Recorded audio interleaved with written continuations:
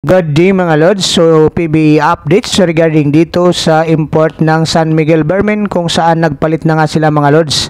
Ito ang ating pag-uusapan sa video natin ito. Ngunit kung bago ka pa lang sa aking munting YouTube channel, humingi po ako ng like, share, and subscribe.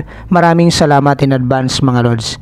The search is over na nga mga Lods para dito kay George Gallant ng San Miguel Bearmen dahil pinalitan na nga nila ang kanilang import na si Quincy Miller matapos makapaglaro ito ng tatlong games dito sa PBA Commissioner's Cup sa kupunan ng San Miguel Bearmen, which is nga mga Lods naniniwala dito si Coach George Gallant na hindi nga kaya nitong si Quincy Miller para depensahan ang corona ng San Miguel Bearmen.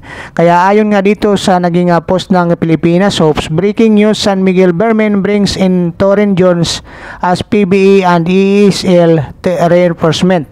Listed 6'9", Jones however won't be playing his first game until Friday when defending champion take on Terra Firma Jeep via spin.ph nga mga Lods.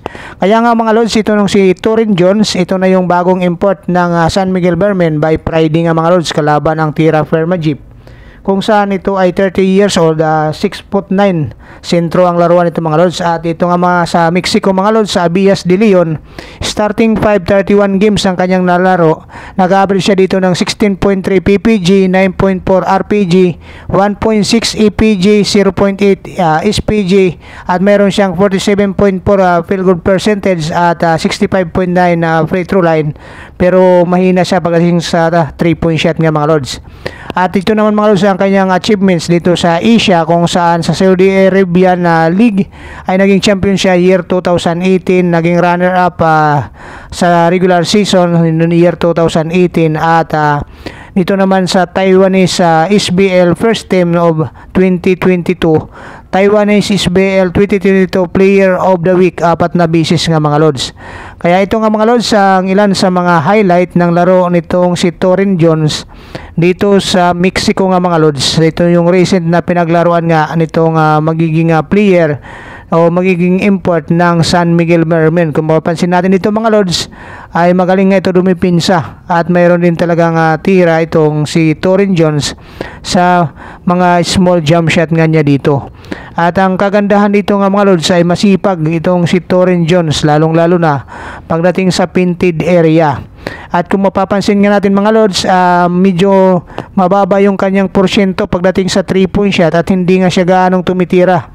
More on painted area nga ang laruan nitong si Torren Jones, which is sa tingin natin mga Lods maganda ito para dito sa San Miguel Bearmen dahil marami namang tirador sa labas itong San Miguel Bearmen. Kaya itong si Torren Jones magandang magiging complement nga ito dito kay John Mar Fajardo, which is nasa loob din ng kanilang laruan.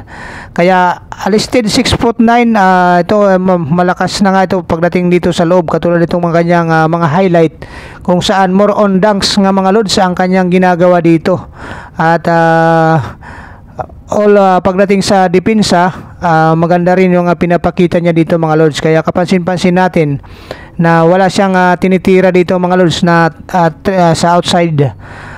Kadalasan nga alley-oop shot or either dunk shot o itong mga jump shot. Ito yung kadalasan natin tinitira nitong si Torren Jones nga mga Lods. More on highlight niya dito is more on dunks nga mga Lods. Kaya ganito ang kanyang percentage pagdating sa 3-point shot, 0% nga siya. So halos hindi nga ito tumitira sa perimeter lines, at ito nga more on jump shot lang ito mga Lods sa mga 2 points. So ito yung kahinaan nitong si Torren Jones. Pero pagdating naman sa painted area mga Lods, sa tingin natin mga Lods, halimaw nga itong si Torren Jones sa loob ng painted area. Kaya ngayon mga Lods, kabang-abang nga itong bagong import ng San Miguel Bearmen na si Torren Jones, na kung saan ay maglalaro nga ito kalaban ang Terra Firma Jeep bilang kanyang debut games dito sa PBA.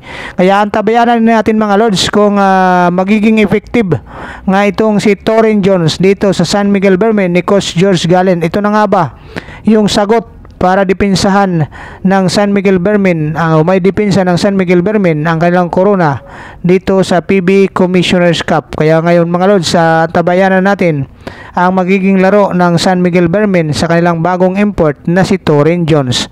So maraming salamat mga lods. Kung mayroon kayong mga komento at suggestion regarding dito sa panibago nating PBA updates, i-comment nyo lang dyan sa baba at atin din yung pag-uusapan mga lods.